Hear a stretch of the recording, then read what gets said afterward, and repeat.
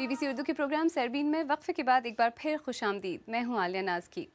India की सरकर्दा news magazine तहलका में काम करने वाली एक नौजवान सहाफ़ी खातून ने मैगज़ीन के एडिटर इन चीफ तरुण तेजपाल पर जिनसी हमले का इल्ज़ाम लगाते हुए FIR दर्ज करवाई है।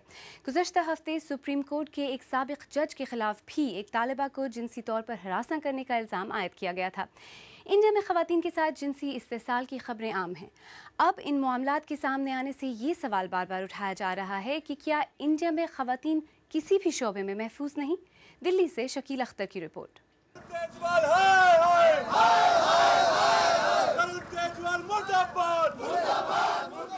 सरकर्दा सहाफ़ी और तहलका के मुदीर तरुण तेजपाल के खिलाफ मुजाहरा। तरुण पर गोवा के एक होटल में अपने ही जरीदे की खातून सहाफ़ी पर जिनसी हमले का इल्जाम है। तरुण तेजपाल ने अपने ओहदे से इस्तीफा दे दिया है और मुतासरा लड़की से तहरीरी माफी मांगी है। तहलका की एक तो नाम ही ऐसा है और उनके काम पीछे से बहुत अच्छे रहे हैं इस रिगार्ड में कि जो बलात्कार का इशू रहा है, सेक्सुअल हैरेसमेंट का इशू रहा है, ये लगातार उन्होंने रेज किए हैं। तो अपने आप अपने घर में जो हो रहा है वो तो आप कम से कम पहले देखें। तहलका मैगजीन अपने स्टिंग ऑपरेशनों और बेबाक हुकूमत मुखालिफ रिपोर्टिंग के लिए सहाफत में मुनफरिद मुकाम रखती है। इस वाक़े से जरीदे की छवि बुरी तरह मजरूह हुई है।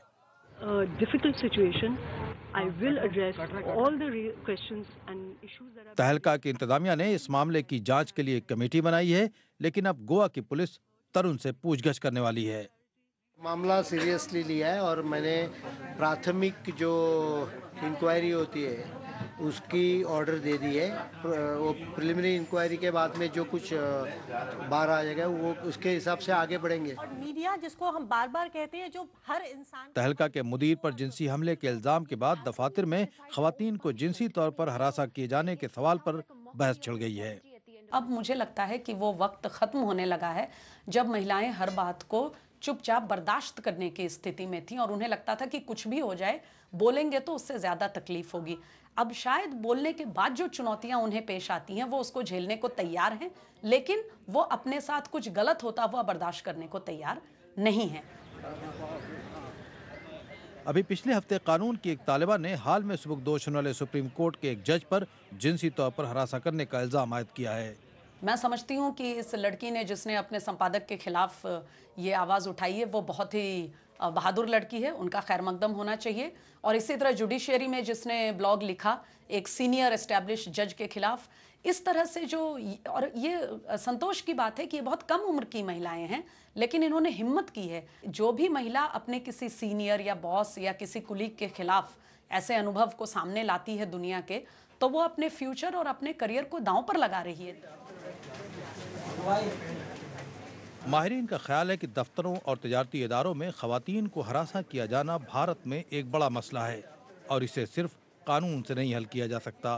खुद को बदलना ये हर सिटीजन का काम है और ये भी बहुत ज़्यादा इम्पोर्टेंट है, क्योंकि सुप्रीम कोर्ट आपको लॉ देगी, सुप्रीम कोर्ट आपको जजमेंट देगी, लेकिन सुप्रीम कोर्ट आपको जजमेंट तभी देगी आपके बुरे काम करने के बाद। ये बुरा काम ना करना ये हर सिटीजन के ऊपर है। गुज़िश्ता बरस दिल्ली में रेप के एक वाक़े के बाद भारत में ज़बरदस्त एहतजाज और मुजाहरे हुए थे।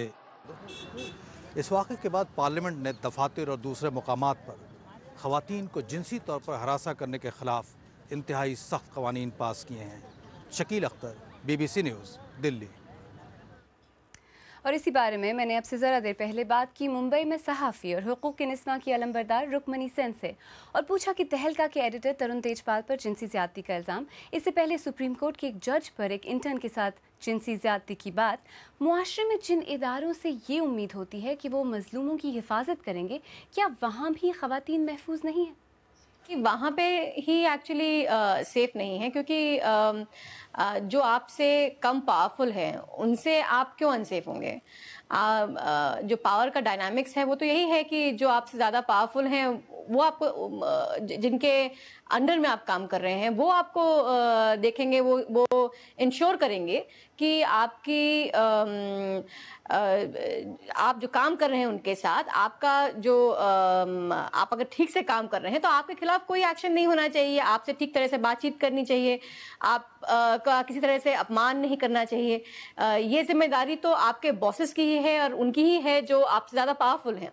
ये जानते हुए कि महिला एक पुरुष से कई तरीके से अलग है, उसी तरह का व्यवहार कभी कभी मांगते हैं, उसी तरह के एक्सपेक्टेशंस रखते हैं जो आदमियों से रखते हैं। और मैं काम के बारे में बात नहीं कर रही हूँ, मैं कह रही हूँ जैसे अगर कोई महिला नई माँ बन के आती है, उससे जिस तरह से व्यवहार किया जाता है, उसको दरकिनार कर दिया जाता है, उसका अपमान किया जाता है, आप माँ बन गई हो घर बैठो, ये सब जो बातचीत है ये भी हरासमेंट के अंदर आता है, ये भी डिस्क्रिमिनेशन है।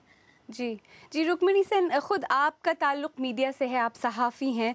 इंडियन मीडिया में ख़वातीन कितनी महफूज हैं और जो नौजवान ख़वातीन सहाफ़ी होती हैं उन्हें इस तरह के मसाइल का जिनका आपने अभी जिक्र किया किस हद तक सामना करना पड़ता है? ये एकदम महफूज नहीं है, मैं कहूँगी कि एकदम ही महफूज नहीं है, क्योंकि इंडिया में जो मीडिया हाउसेस हैं, जो कॉर्पोरेट मीडिया हाउसेस हैं, उनमें ज़्यादातर में सेक्सुअल हरासमेंट कमिटी ठीक से काम नहीं कर रहा है। कागजी तौर पर कहीं कहीं पे कमिटीज़ हैं, पर जहाँ पे हैं वहाँ पर कौन हेड करता है उस कमेटी को पता नहीं होता है। जो बाहर का आदमी आता है, क्योंकि विशाखा गाइडलाइंस के अंडर 50% जो आपका सेक्सुअल हरासमेंट कमेटी है वो महिलाओं से बनना चाहिए। बहुत सारे सेक्सुअल हरासमेंट कमेटी ऐसे हैं, ऐसे इन्वेस्टिगेशंस किए गए हैं जहाँ पे 3 लोग थे और 2 पुरुष थे, 1 महिला थी, कोई बाहर का आदमी नहीं था। ये जो तरीका है किसी भी हरासमेंट को इन्वेस्टिगेट करने का, ये पूरी तरीके से गलत है। दूसरी बात ये है कि एक कॉम्प्लेक्स डायनामिक्स होता है ऑफिस में, जेंडर डायनामिक्स बहुत बदल गया है, अब लड़कियां कुछ भी सुन करके चुप नहीं रहती हैं। तहलका जैसे इदारा जो खुद करप्शन के ख़िलाफ़, इंसानी हुकूक के लिए, ख़ासतौर पर ख़वातीन के, औरतों के हुकूक के लिए पेश रहा है आवाज़ उठाने में, उसके एडिटर पे इस तरह का इल्ज़ाम लगा है, तो जो एहतजाज, जो आउटरेज, जो गुस्सा नज़र आ रहा है इंडिया में इस वक्त, क्या इसकी एक वजह ये भी है कि जो मुल्ज़िम है वो तहलका से मुंसलिक है? जी, हो सकता है कि क्योंकि तहलका ने कई पार्टियों के खिलाफ काफ़ी इन्वेस्टिगेशन किया है, इसलिए ये मुमकिन है कि कुछ पॉलिटिकल पार्टीज इसमें अपना बदला लेने की कोशिश करें। पर ये आउटरेज इसलिए भी है क्योंकि ये एक बहुत ही ये सिर्फ हरासमेंट तक बात नहीं रही है, अब ये एक अब्यूज़ तक बात नहीं रही है, ये बात अब असॉल्ट हो गई है, एक सेक्सुअल असॉल्ट के तबके पे ये पूरा मामला आ गया है और एक इमेंस अब्यूज़ ऑफ पावर भी हुआ है यहाँ पे। आपका जो बॉस है, जो आपका पूरा ऑर्गेनाइजेशन देखता है, और ऑफ कोर्स वो आपके दोस्त के पिता भी हैं, और उनके साथ भी आप सेफ नहीं फील कर सकते हैं। अगर ऐसा एक मुद्दा नजर आए तो वो सिर्फ तहलका है इसलिए हंगामा हो रहा है, ऐसा कह के तो हम नहीं इसको डिसमिस कर सकते। इंडिया में ख़वातीन के साथ इस तरह का सलूक कोई नई बात नहीं, पहले भी होता है, लेकिन पिछले 1 साल में ये एक तासुर, एक ये परसेप्शन मिल रहा है कि ख़वातीन अब खामोश नहीं रह रही, इस बारे में बात कर रही हैं, आवाज़ उठा रही हैं। तो जो जिनसी ज़्यादती या सेक्शुअल हैरेसमेंट के इर्द गिर्द जो खामोशी का कल्चर था, क्या आपको इंडिया में वो बदलता हुआ नज़र आ रहा है? जी हाँ, वो तो बदलता हुआ नज़र आ रहा है कि महिलाएं अब खुले में आ रही हैं, और अब वो पहले आप हरास्ड होते थे और आपके अंदर इतनी शर्म होती थी, क्योंकि इस तरह से हम लोगों की ट्रेनिंग थी कि अगर हम पर अटैक हो रहा है तो उसके लिए भी हम ही रिस्पॉन्सिबल हैं। वो ट्रेनिंग जो है हम लोगों ने हम उससे लड़ाई कर चुके हैं। अब अगर हम पर कोई अटैक करता है, अगर हमें कोई असम्मान करता है, अगर हमारे साथ कोई दुर्व्यवहार होता है, तो उसकी वजह हम नहीं हैं, उसकी वजह वो आदमी है, वो क्रिमिनल है, वो असॉल्टर है, वो अब्यूज़र है, जो वो अटैक हम पर कर रहा है। मुंबई से सहाफ़ी रुक्मिणी सेन, और आइए अब देखते हैं कि इस बारे में हमारे नाजरीन क्या कहते हैं। समीना तनवीर अटक से लिखती हैं, इस तरह के वाक़यात की कोई हिमायत नहीं कर सकता है। जिनसी ज़्यादती के मुजरिम को फांसी की सज़ा मिलनी चाहिए। दाऊद एजाज वाह कैंट से लिखते हैं, इस बारे में फ़ैसला कानून के दायरे में किया जाना चाहिए। असल मसला कानून पर मुकम्मल तौर पर अमल न होना है। अनम करीम का कहना है, इस तरह के वाक़यात सिर्फ इंडिया में नहीं बल्कि पूरी दुनिया में होते हैं। और औसम शामी लिखते हैं, ऐसे मामलात में कानून बाअसर लोगों के लिए आंखें बंद कर लेता है और जिनका असर रसूख न हो वो कानून के चुंगल में आ जाते हैं। आसिफ जान का लिखना है, इसमें कोई शक नहीं कि जिनसी ज़्यादती के मुल्ज़िम के ख़िलाफ़ कानूनी कार्रवाई करनी चाहिए, लेकिन ये भी ज़रूरी है कि स्कूलों में बच्चियों को इसके बारे में बेदार किया जाए। आप BBC उर्दू का प्रोग्राम सरबीन देख रहे हैं। कुछ देर बाद देखिएगा, पाकिस्तान का दारुल हुकूमत इस्लामाबाद जो कभी एक खामोश सा शहर था, लेकिन अब ऐसा नहीं है।